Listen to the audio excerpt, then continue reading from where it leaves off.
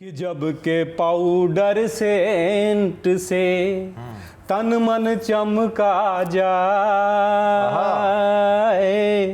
तब सर्दी के दिन भले काहे कोई नहाए। अच्छा है, वाह। और जो सर्दी की ठंड में डुबकी रोज लगाए, कि जो सर्दी की ठंड में डुबकी रोज लगाए, उनके घर पे पद्म श्री दे सरकार पिठाए।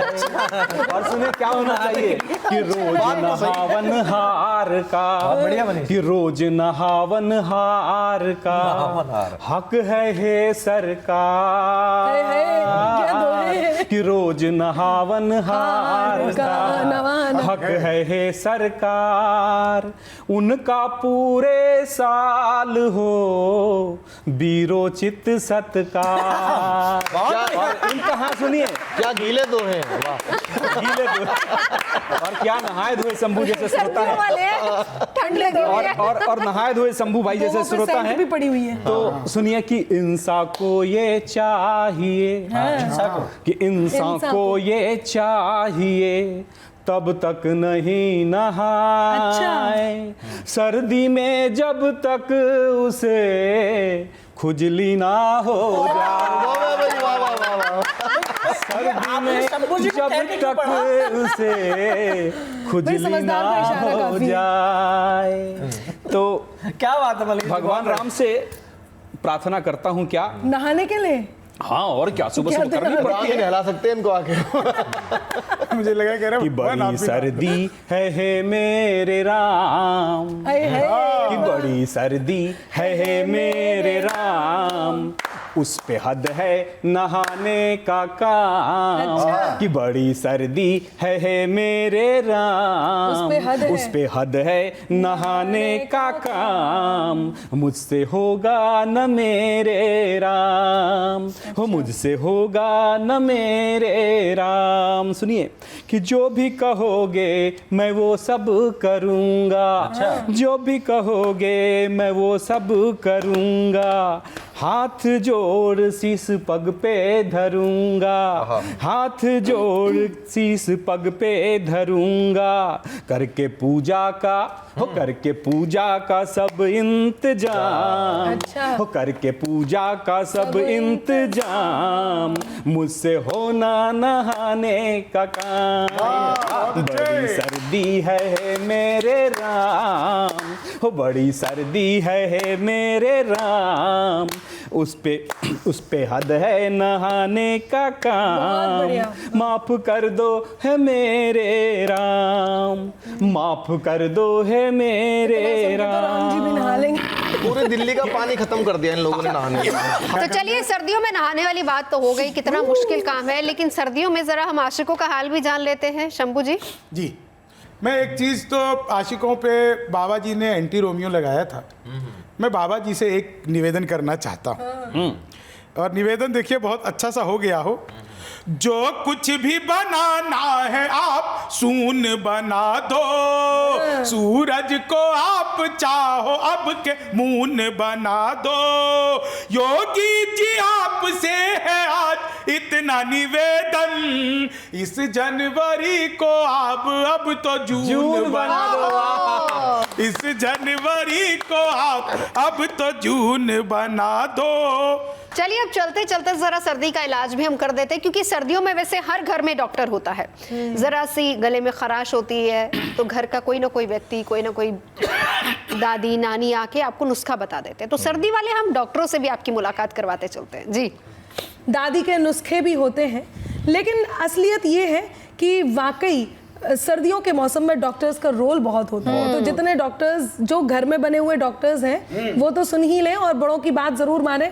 जब भी वो कहें कि आप मुलैठी ले लो, चाय पी लो, अदरक ले लो, हल्दी ले लो, ये देखो ये बगल में एक डॉक्टर ये भी बैठे हुए अब ये भी बोला हल्दी ले लो। हमारी ताई जी तो वैसे भी बताएंगे हर समय दादी, हमारी जो ताई जी हैं वो दादी नानी के नुस्खे लेकर के बैठी रहती हैं।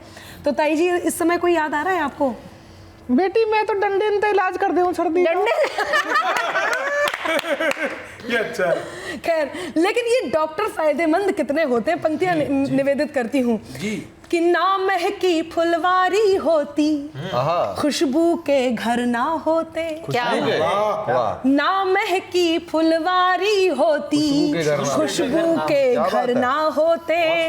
राधा की पायल, कान्हा की वंशी के स्वर ना होते। जीवन का ये रंग रंगीला उत्सव अंबर थम जाता। जीवन का ये रंग रंगीला उत्सव अंबर थम जाता।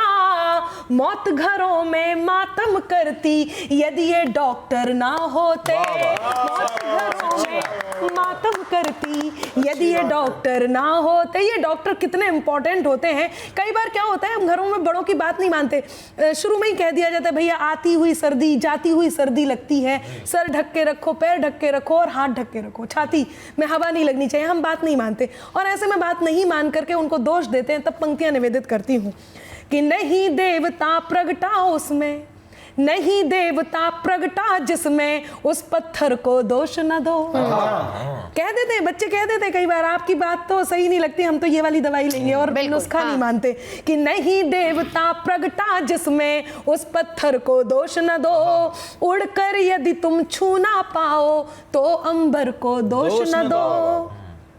मौत सफर कर पावों की जंजीर बनेगा निश्चित ही। रोग सफर कर पावों की जंजीर बनेगा निश्चित ही। रोग सफर कर पावों की जंजीर बनेगा निश्चित ही।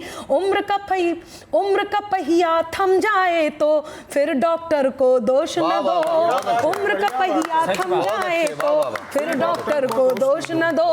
उम्र का, और नवजोत जी अभी आपने पहाड़ों की जो बात करी है, पहाड़ों की सर्दी की बात कही है, बहुत सारी हंसी मजाक की बातें हमने कही, लेकिन दो बहुत महत्वपूर्ण बात मैं यहाँ पर कहना चाहती हूँ और वो बहुत ज़रूरी है।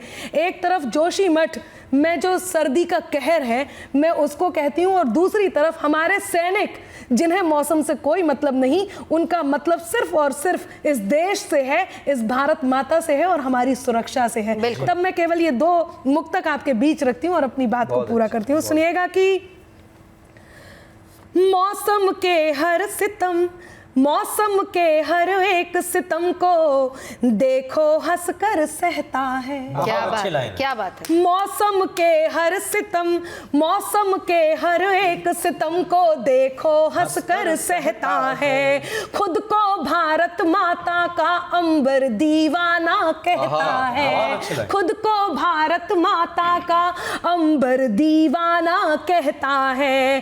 कहर बर्फ सा हो बेशक पर हिम्मत जाम नहीं, क्योंकि लोग कहते हैं ये लोग कोई स्पेशल होते हैं क्या, जहां माइनस टेम्परेचर्स में खाल उधड़ जाती है, ऐसे में भी वो सैनिक हमारी रक्षा के लिए वहां उपस्थित है। क्या कारण होगा कि मौसम के हर एक सितम को देखो हंसकर सहता है। खुद को भारत माता का अंबर दीवाना कहता है।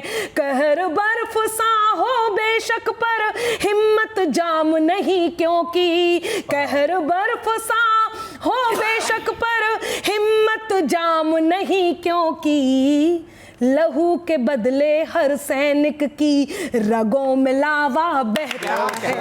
लहू के बदले हर सैनिक की रगों में लावा बहता है।